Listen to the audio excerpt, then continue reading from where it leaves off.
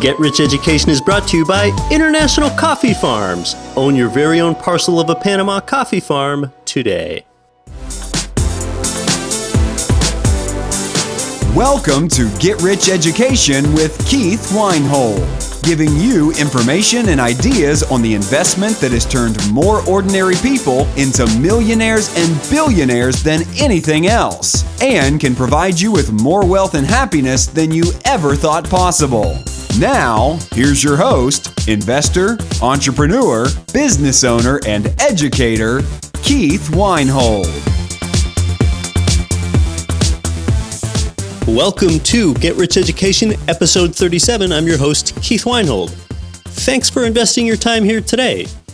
It's the show where I want to make you more successful than me, faster than me. You know, I often talk about playing a game worth winning. That's why I say do the right thing first, and only then do you concern yourself with doing things right. Well, it's easy to make a case for real estate as that right thing because it serves a basic human need. That need or demand is going to continue to increase. And how do we know that that demand will increase for what we're providing? Well, for one thing, the United States population is increasing by more than 2 million people every year, and they all need a place to live, and you're the ones serving them. Well, one thing that means is that new construction real estate must occur to keep up and continue to meet that growing demand. Now, we talk about markets on this show a lot, so we're aware that those extra 2 million plus people every year, they're not distributed across the nation or the world evenly. And that's why finding the sustainable markets that are attracting people and jobs is even more important than the property itself. But of course, the property itself that you're buying is still important, and the more utility that the property has, the more underlying demand should continue to be there. So we're going to talk about real estate development today. And developers need to shift their practices to meet human desires and even reflect social trends that are always changing. I mean, just look back historically at some of the home trends that have changed throughout time. I mean, back in, say, 1930, there were few homes built with garages at all. For much of America's history, even a big 4, 5, 6 bedroom home might only have one bathroom, and it might be inconveniently located upstairs on a hallway. I mean, that's how they used to build. In 1970, homes weren't built with like an ensuite bathroom off a master bedroom. Now, it's been standard for a while now. It functions better because it affords residents more privacy, so it better meets that basic human need. In maybe 1995, you had like these brass doorknobs and fixtures. That was kind of the thing. And then it moved on to brushed nickel and whatever it is now. It seems like that one's always changing. Think about the growing concern over safety in the last decade or two and how that changes how homes are constructed. I mean, today people want larger, upgraded kitchens with these quartz or polished concrete countertops. And there might be fewer formal dining rooms constructed than there had been previously. Look at our aging population and how that's reflected in home construction. Ranch-style homes have become more popular than they have been in the recent past. What about millennials? What do they want? I mean, they're okay a lot of times with a smaller living space, but they often prefer to rent an apartment building that has a big common area. So these human preferences are just increasingly dynamic. Consider that 100 or so years ago, the advent of elevators and construction cranes allowed for new building styles themselves. I mean, steel and concrete, they weren't even employed as building materials for most of human history here. So looking ahead now, I've talked on this show quite a bit about how autonomous cars in the sharing economy can minimize the need for parking space at an apartment building. And if that manifests itself, then a property can look more serene because you can build it such that there is more space for green grass and landscaping. So Developers are often trying to analyze the trends so that when they build, it can have maximum appeal and utility throughout its life cycle. When a developer builds anew in a community, they really are building a part of that community. I mean, you really are building part of a city and an economy. And a lot of interests come into play when you're changing a use from vacant land to an improved property, or even if you're repurposing an existing property. You have a stake in that community and their elected representatives, and they have a stake in you, and you want to find out what the local community's problems are and then help solve it for them. I mean, just like the key to successful negotiating is finding out what the other party really wants from a deal and finding a way to give it to them, I mean, the same really goes for appeasing stakeholders in an existing community. Like I've said before, lead by giving. Give to the community, and you will in turn get more of what you want ultimately. On a macro scale, you also may want to serve an entire area where its future is bigger than its past. And more Americans than ever are retiring outside the United States. And one of those places, for a lot of reasons, is the Central American nation of Belize. There's a lot of opportunity on Ambergris Caye. That's Belize's largest island. In fact, I bought property there a few years ago to seize upon that opportunity, and my guest and I are going to touch on that a little bit today, too. The highest end real estate event that I know of in the entire world is the Real Estate Guys Investor Summit at Sea, and the faculty on the summit are true elites. Today's guest is part of that faculty, and I'm registered to be on that next summit, which is next February, so after I attend that, of course, I'm going to give you all the great takeaways from there. And by the way, you can see all the events GRE is attending on the events tab at getricheducation.com, so maybe we can meet you in person there. Well, I've learned about real estate investing from today's guest, so let's get into this because I'm sure you'll learn something too. Hey, well, I'd like to welcome on our next guest. I haven't been this excited about a guest in quite a while. Our next guest is both the president and principal of an international real estate development company. She's a serial entrepreneur. She has experience on Wall Street. She's been the CEO of a software development company, the business strategy leader of a Fortune 50 company, and she's a formally trained economist. She has such a valuable, eclectic mix of experience. She assembles, motivates, and brings out the best in large teams like few know how to.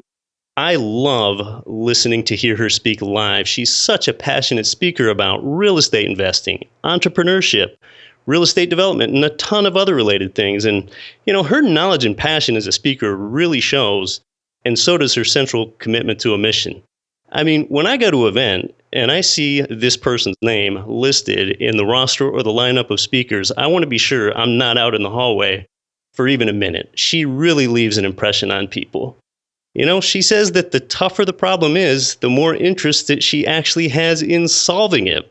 I first had the privilege of meeting her a few years ago when my wife and I visited the beautiful Central American nation of Belize. To make me better, I want to hang out with the smartest people that I can find.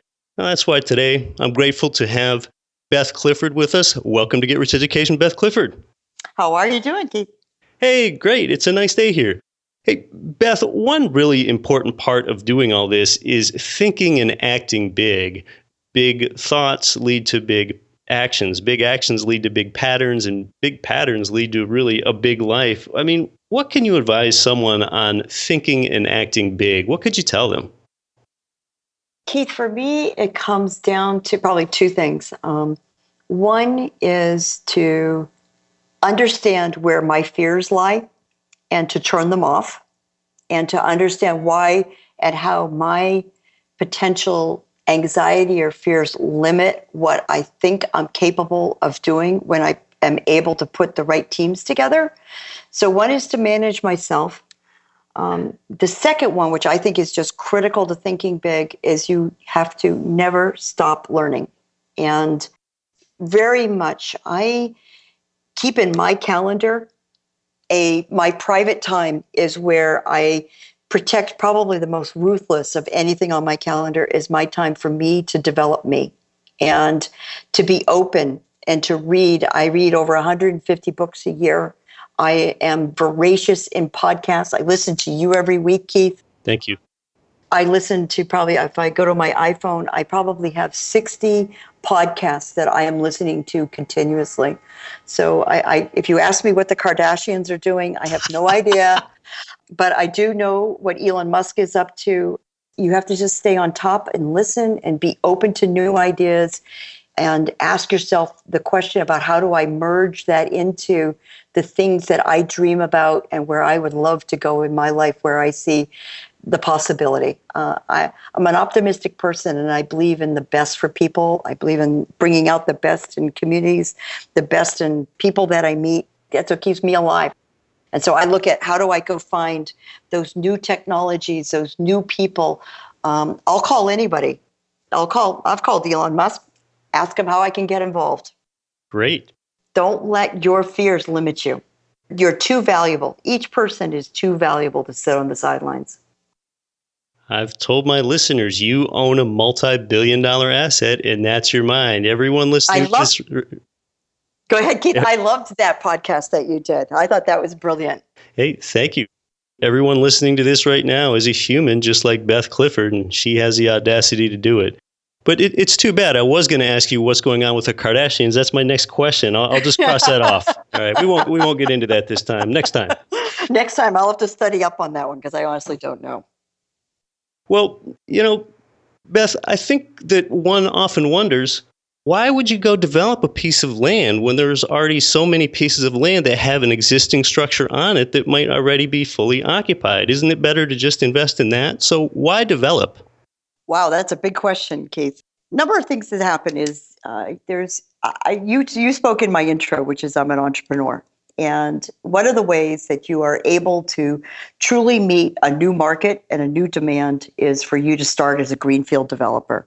And we're currently doing greenfield developments in the Caribbean and in the greater metro DC area, where we're able to, rather than doing infill and one-offs of what a market already has, we're able to assemble new pieces of land, put them together, and come up with a whole different business model, different product to a different potential customer with different price points that we can really set a trend in real estate. And so that's one of the things that I find interesting to go do as a developer. And the net of it is, one is a new market, new product to a different customer, different price points. And it's exciting because I see that the real estate is not a static industry.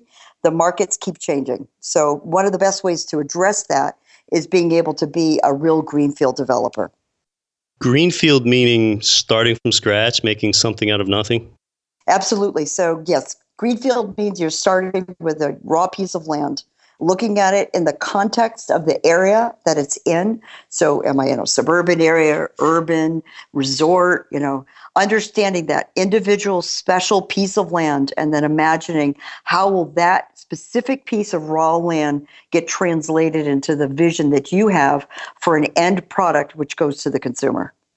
Now, it seems to me, though, if you develop anew, there's just so much more that you have to figure out rather than just buying something existing like planning and zoning. Maybe you want to know even more about the demographics. How's it going to work with the utilities? What's the tax structure like? Do I have to get a construction loan now? So why confront all those problems? Is there a better return there, Beth? There's a better return and there's higher risk. And so that's why people go forward and do development.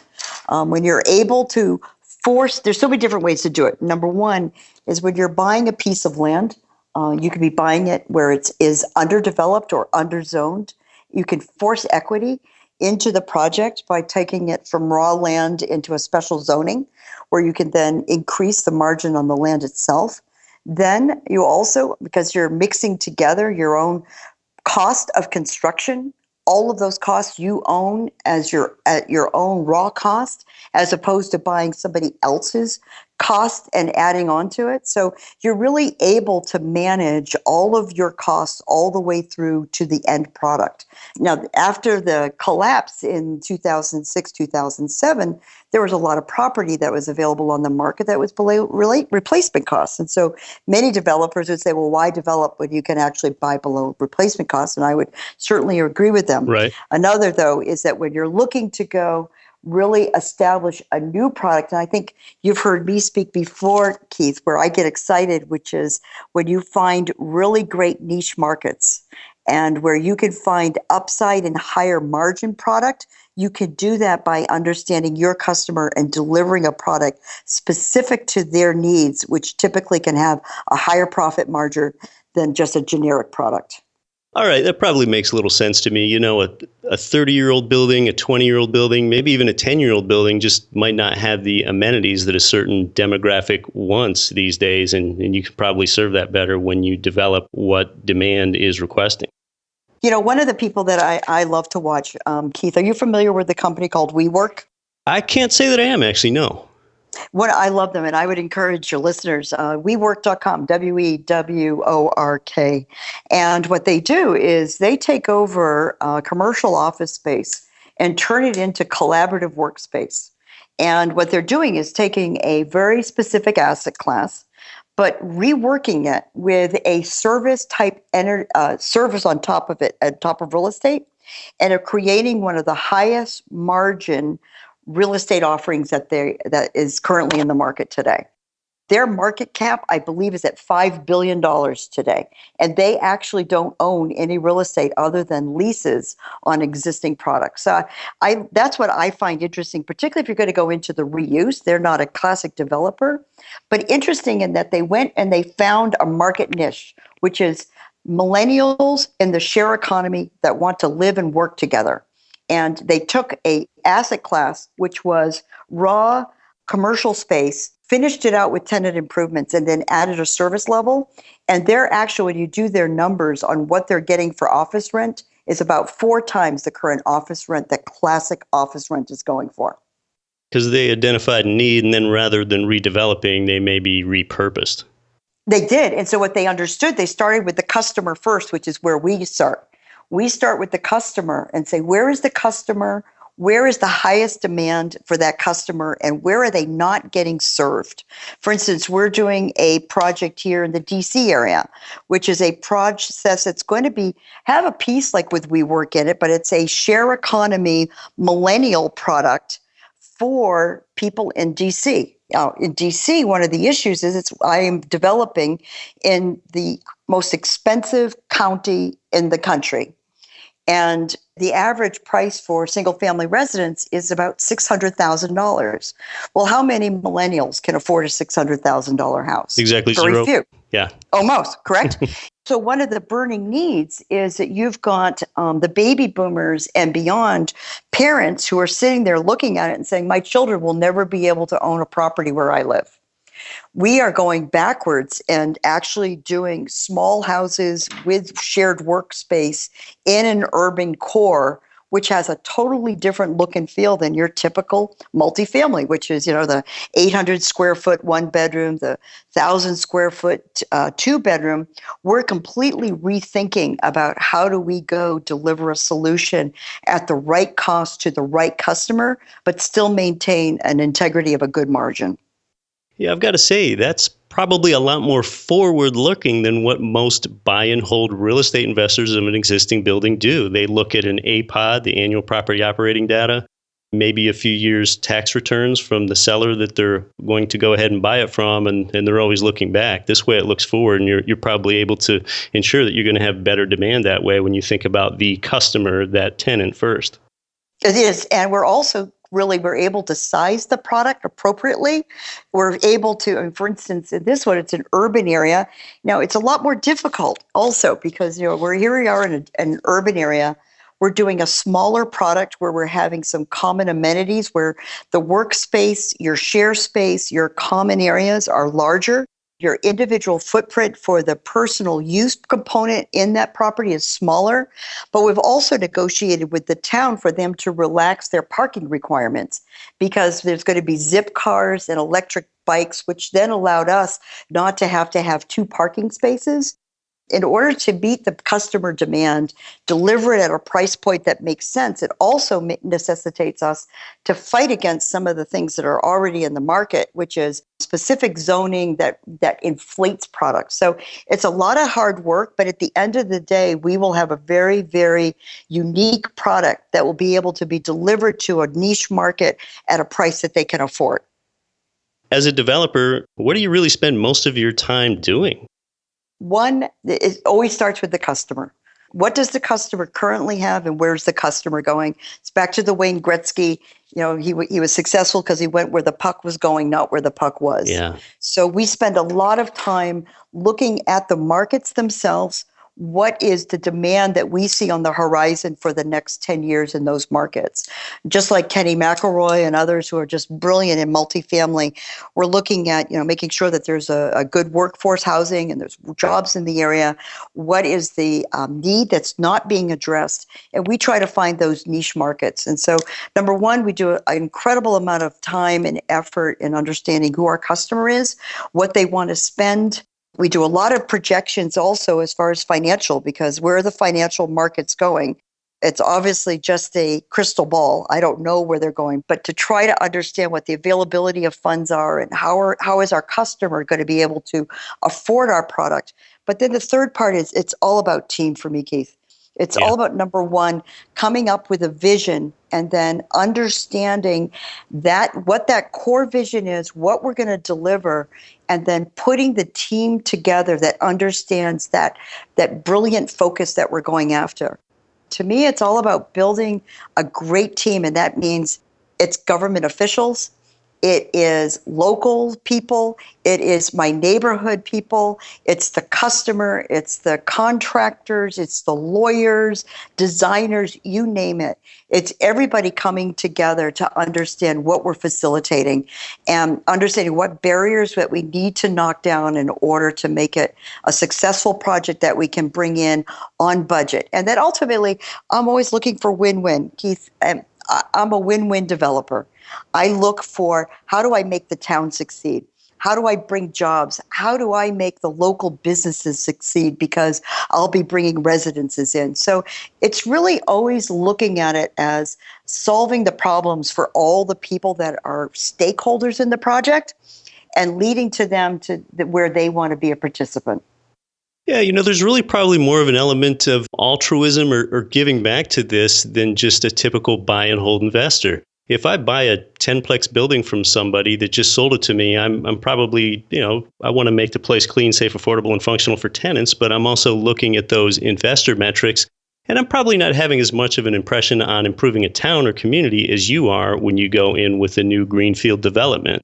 So you're really transforming a town or a jurisdiction. I mean, how do you get those relationships at the highest level, say, with a mayor or with a representative? How does that work? How do you infiltrate, I guess? I tell people that mine is I go into every meeting, number one, prepared to understand what the mayor or the local people are looking for. What's the itch that they're trying to scratch?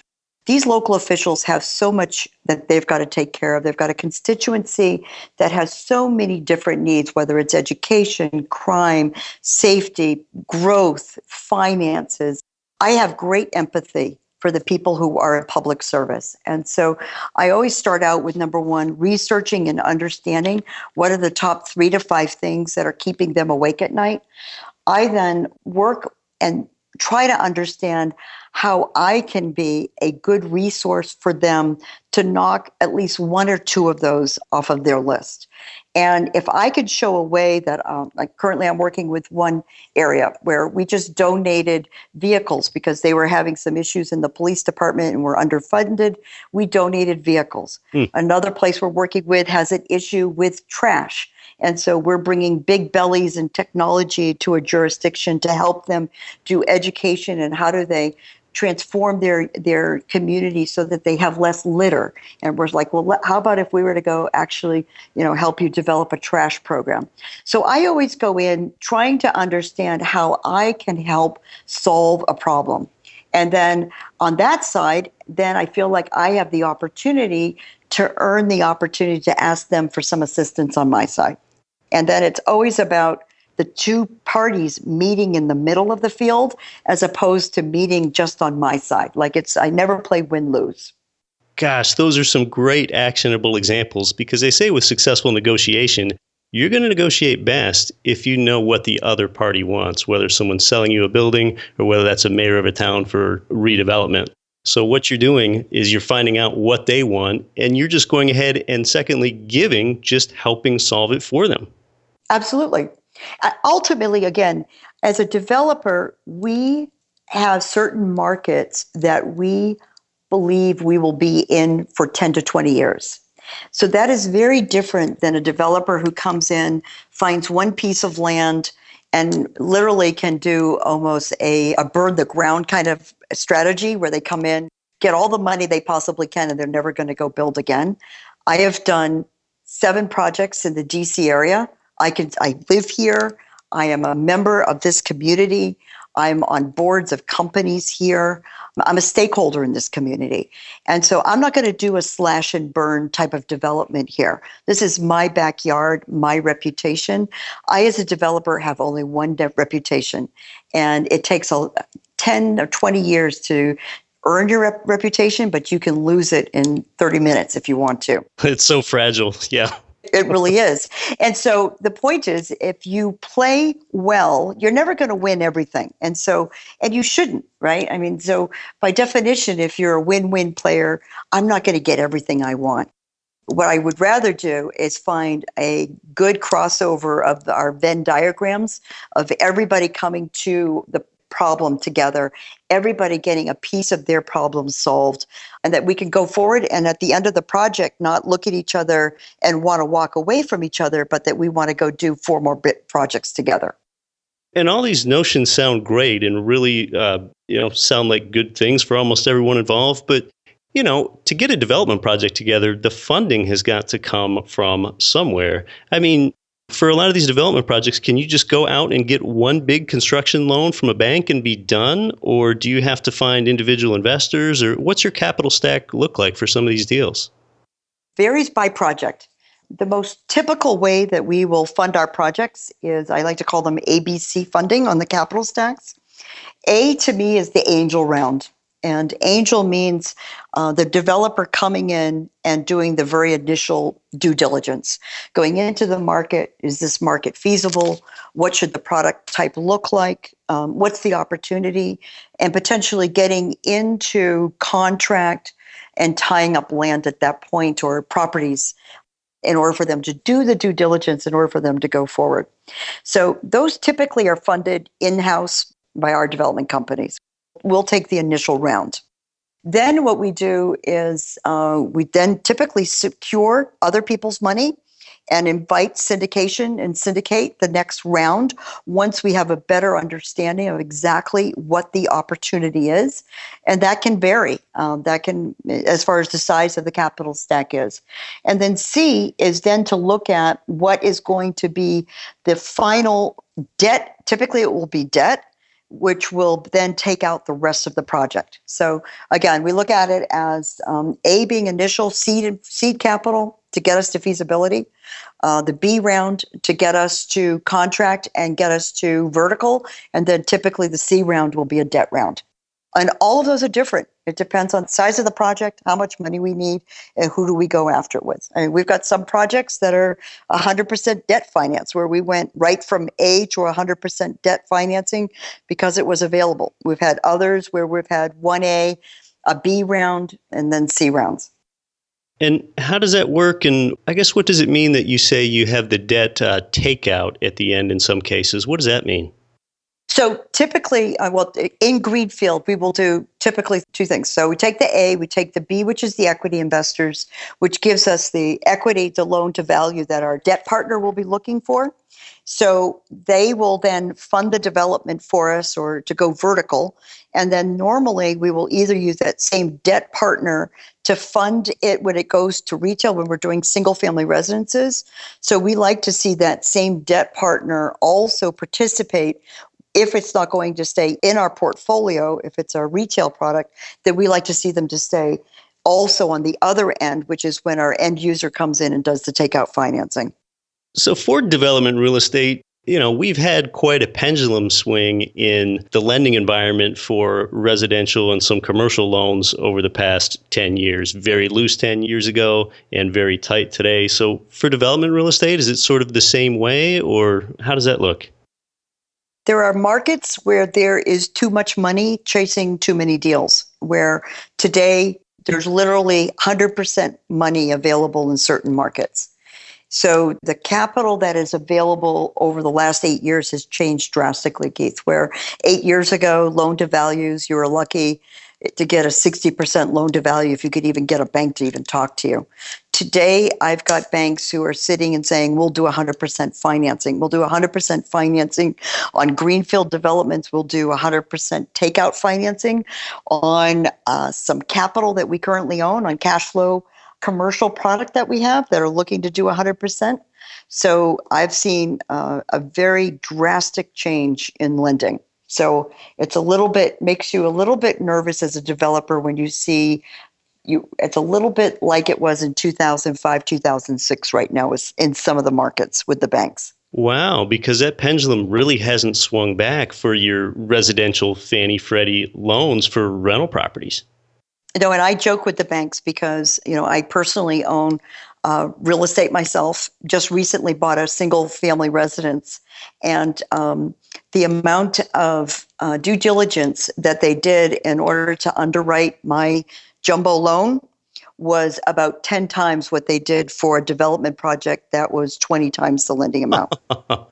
Wow. And I said, it's interesting. I said, I've never had so much due diligence. But you sign on the back of your bank, you sign a term sheet with me, basically when I just show you 3 pieces of paper. But it's interesting. But that's just different. That's a different set of lending requirements. Yeah, that's remarkable. I'm really glad that I know that. It sounds like that's where some opportunity might be, because I talk to my audience a lot about how you probably want to be in smart debt, get a good loan, use leverage, and it sounds like there's a greater leverage opportunity with development than there is with residential right now based on that. There is. You're listening to Get Rich Education. My guest is international real estate developer Beth Clifford. More when we come back. I'm your host, Keith Weinhold. Through Get Rich Education and International Coffee Farms, you can own your own half-acre parcels of a passive income-generating coffee farm in Panama for as little as $12,000. It's a low-risk opportunity with an average annual return projected to be 13 to 15%. The farms are professionally managed for you on a turnkey basis, and you own the land. And you can give as well as receive by helping international coffee farms create good jobs that pay a living wage and provide medical, pension, and other benefits to very poor Panamanian coffee farm workers and their families, often for the first time in their lives. This is Rich Dad Advisor Ken McElroy. Listen to Get Rich Education with Keith Weinhold, and don't quit your daydream.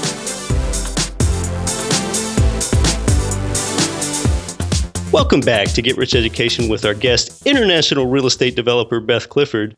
So, Beth, it sounds like we've identified some opportunity here. What real estate sectors really have the best opportunity for real estate investors, whether that be development or otherwise, as far as developing for hotel or leisure and hospitality, corporate housing, a resort? So, really, where's the lowest hanging fruit so a listener could take advantage of this? Not unlike many of the developers, is we follow demographic trends, where the jobs are going, and where housing is going to be required. And so I will always go back that residential is a great market to be in. Understand who your client is, who's moving into and what jobs are moving into the area.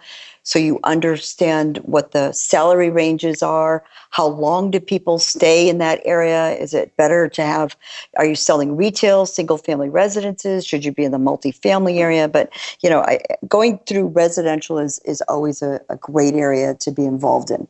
We have been doing some medical office and smaller medical office because it's an industry that's in a lot of turmoil. as with all of the Affordable Care Act that's been going on, and how medical office is working has been very much changing. But there's been a very interesting market of the smaller clinic size offshoot products that need to be near larger hotels that we've been looking at doing. And so we've got a couple of those that are under development. We're also doing some educational products here in the DC area. There's 2 private educational projects that we're in due diligence on right now, and that there's a large demand in this area to, with the inflow of people that are coming in. The public schools are overflowing, the private schools are overflowing, and so there's a real need to either repurpose existing product and or greenfield some specialty education. So we're doing that as well. Currently not doing much in the retail or specific office sector, just only in the niche of the medical as far as office goes. And then the third is one of the bigger markets that we're going after is travel and leisure. And we've been spending quite a bit of time on that, but that has not been in the United States. That's been developing outside of the United States. And so we see that as another interesting place, because that's not only travel and leisure, but that's following where the baby boomers are moving as they continue to retire and continue to move from snow areas and move into the warm, sunny areas. Yeah, I think I want to ask you more about that shortly. I think backing up first, we talk about skating where the hockey puck's going. You mentioned medical. That's probably a really smart place to go. But having this demographic vision, with it being so important and with the rate of technological change being adopted faster than ever, I just wonder how one stays in front of that. Like 10 years ago, I don't know that anyone could have seen Airbnb potentially undercutting hotel stays as much as it has, or the advent of Uber, or the prospect of driverless cars, autonomous cars coming up, changing parking configurations for places. How do you have that vision to stay on top of these so you know what kind of development is going to be sustainable in 10 years and 20 years? How do you do that? Well, I don't know. That's a great question. If anybody knew that, then you should definitely get them on your show, Keith. There was rumblings probably over 10 years ago about where the share economy was going to come. And many people really didn't look at it and say that that was a viable option. But if you look at it today, and if you're not thinking about where technology is going to go, then you're not looking in the right place. You should be watching whatever Peter Thiel and Elon Musk are doing. Like you asked me about a book. Here's one, 0 to 1 by Peter Thiel is a must-read book. Good but one. It's about what is going on. A share economy is absolutely happening. Artificial intelligence is happening. The revolution of technology taking away jobs is absolutely happening. I was just reading today about how, I believe it's Walgreens, it's either Walgreens or CVS, is going to be starting to set up virtual medical centers. And so you had better be thinking about it. And then 3D printing on top of all of that, and driverless cars. I think the answer is going to be a lot of people moving back into urban cores, people moving into smaller places in urban cores. It's drastically going to change what's going on. You're going to see more and more, I believe, like the company no longer owns its corporate resources anymore, and its corporate offices, but they're renting out of parts of WeWork instead because they don't want the expense and the capital expense on their books any longer. And people are going to be moving from fixed costs to variable costs. So how do you, as a developer, start to create markets and real estate product that allows for people to have flexible leases and to be leasing versus owning product? So with that in mind, is part of being a savvy developer building something with a mind that when you're building it, you're thinking, can this be repurposed? Yep, absolutely. So, I mean, like, for instance, we were looking originally, one of the projects we're working on is a small urban center. And in that, there's a certain core of it that is to the baby boomers. Baby boomers still like to own property, but millennials don't like to own property. So how do you go put together people who are owning property and not owning property and putting them together in the same kind of an environment? And how do you then create all of the amenities about creating a great community? personally, I think that's where the puck is going, is people want to be moving back into urban cores. People want to be part of a community again. And the more and more that we have our own communities of interest, which is what I call our iPhones, because, my iPhone, my Facebook is with my community of interest people and my site and all of my bookmarks. Well, those are all things that I've selected, and I've created my own community of friends aligned my communities of interest. But what I'm also craving is to get away from the things that I already know and the people I know already who are part of that interest. And I want to be out and meeting people who are outside of that area. And I think that's why we'll see a lot more interest and a lot more people coming back into the urban core, wanting to be able to mix it up with people that are outside of their own demographics. Yeah, now we've been talking a little bit about demographic shifts within a submarket and within a market, maybe even within a nation, but you mentioned a little bit the trend of a lot of Americans, increasingly when they want to retire, they're leaving the United States. What are you doing to help fill that need? Number one, I think after the last recession, a number of people who are retiring are going to have to work. So the number of people who are just going to retire and sit on their porch has drastically changed. Most baby boomers want to continue to do some amount of work during their retirement and or be giving back, whatever. They want to be working in nonprofits or charities or something. So what we have been looking at is, where do we go build in a place that has a good work environment, that is close in proximity to the United States, that shares time zones with the United States, that has good shipping lanes, has good access to infrastructure, et cetera. And so we've been building in the Caribbean country of Belize. We've been building an entire village there. We own 70 acres of land there.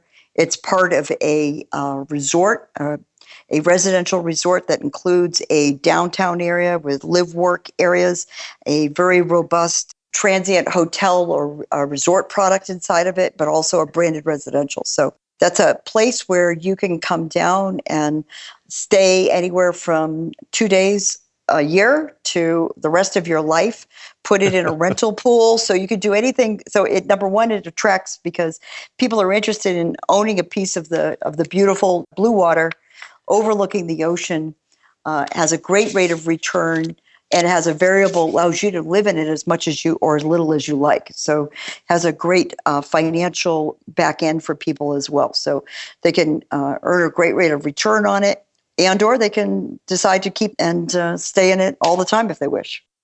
Yeah, I've toured the resort there in Belize personally, and it really is first class. And there's got to be exceedingly few places in the world for Americans where all those things line up like they do in Belize. It's a short flight from a lot of U.S. airports. It's English speaking. It's in the central time zone. And there's just really such undeveloped opportunity there. A lot of people likening Ambergris Caye, Belize to going back to Hawaii the way it was in the 1950s before it was built up and expensive. But that opportunity exists right there, right now in Belize, and you're capturing it. It is. Developers like to come into, if we could find a place early on the program, that's what we believe Belize is. It's been rated as the #1 island by TripAdvisor 2 years in a row. I've traveled all over the world and looked at islands and started looking at this particular area over 10 years ago and liken it to what Cancun or Cabo or Key West or all of those areas were 30 years ago. And I kick myself that I didn't buy 30 years ago. I go and I look at a seaside in Florida, which was a groundbreaking resort that was built in Panhandle of Florida. When it originally sold, it was selling for just over $100 a square foot. Today, resales, if you can even find one in Seaside, are almost $2,000 a square foot. And so it really shows what's interesting for the developer and people who come into a market just as it starts to evolve, what the upside can be for them, particularly when it's well thought out and in a well-positioned economy. You see so many more airlines now having direct routes to Belize City than they did previously, just going at an enormous rate. And the need for housing is just so much greater than what can be met with the supply there. It is. And certainly with the the financial landscape that changed over the last 8 years. It's been a challenge, and so there's only a couple of people who are able to put it all together and meet that demand, which we've been fortunate up to this far to be able to go do to meet that demand of bringing new housing. But there's so many opportunities there. It's not just with what we're doing. As a market continues to grow, that means there's a requirement for housing for the locals, and there are more businesses. And so as markets take off, there's so many coming off of the bow of the ship, you know what I'm saying? Which is there's so many opportunities. We need more food and beverage. You need laundry. You need, you just name it. Education, et cetera. So when you're in a market that's starting to expand, this market's gone and grown over 250% over the last 10 years. Ambergris Caye, Belize. Yes. And so when you start looking at that number of people coming in, there's so many opportunities for people to look at and go, well, I could open a dry cleaner down here. I was just talking to somebody a couple of weeks ago. He says, I'm going to come down and open a pool cleaning business down there because there isn't one. It's all of a sudden, you know, there's so much when you get into new markets that are undeveloped. There's a lot of opportunity. Yeah, it's kind of the land that time forgot, and people are just starting to wake up to it. I can't believe all the opportunity that I see when I'm there in Ambergris Caye. How can my listeners find out more about what's going on in Ambergris Caye, Beth? Well, one they could do is they could go to our website, which is mahoganybayvillage.com, and just sign up. Share with us your email address, and we'll keep in touch with you, send you updates on what we're doing down there, and be happy to answer any of the questions that you might have. Beth, I was a little bit surprised to find you apparently at home today when I talked to you here. It seems like you're always on a jet somewhere, and you're always in Belize whenever I go there. How often are you actually home? People ask me where I live, and I say I live in 5C on American Airlines. But I probably travel 75 to 80% of the time. That's amazing. Well, I'm glad that you landed long enough so that we could chat today. Where can my listeners find out more about you in general, Beth? Well, go through Mahogany Bay. That's the best way to go to find me. And I'm happy to send a note if you'd like to us, and happy to arrange and help you in any way that I can. Hey, well, thanks so much for coming on to Get Rich Education today, Beth Clifford. Thank you, Keith. It's been a pleasure. You've been listening to Get Rich Education, telling you what the wealthy won't tell you about real estate and investing. If you enjoyed the show, please take a minute to visit iTunes and leave your comments.